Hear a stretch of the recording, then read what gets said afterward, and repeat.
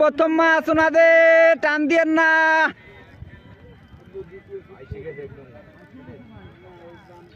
ওই পারে চলে গেলি ভালো হইতো না ভাই।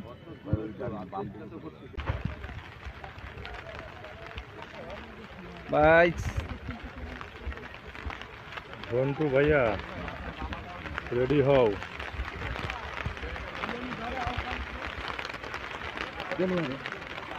কেসিং একটা হয়ে গেছে ছোট।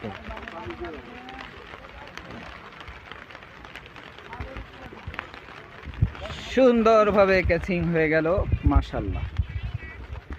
দাদা এটা কি বৌদি মাছ? মাশাআল্লাহ, ওনাকে আরো হবে। মাশাআল্লাহ।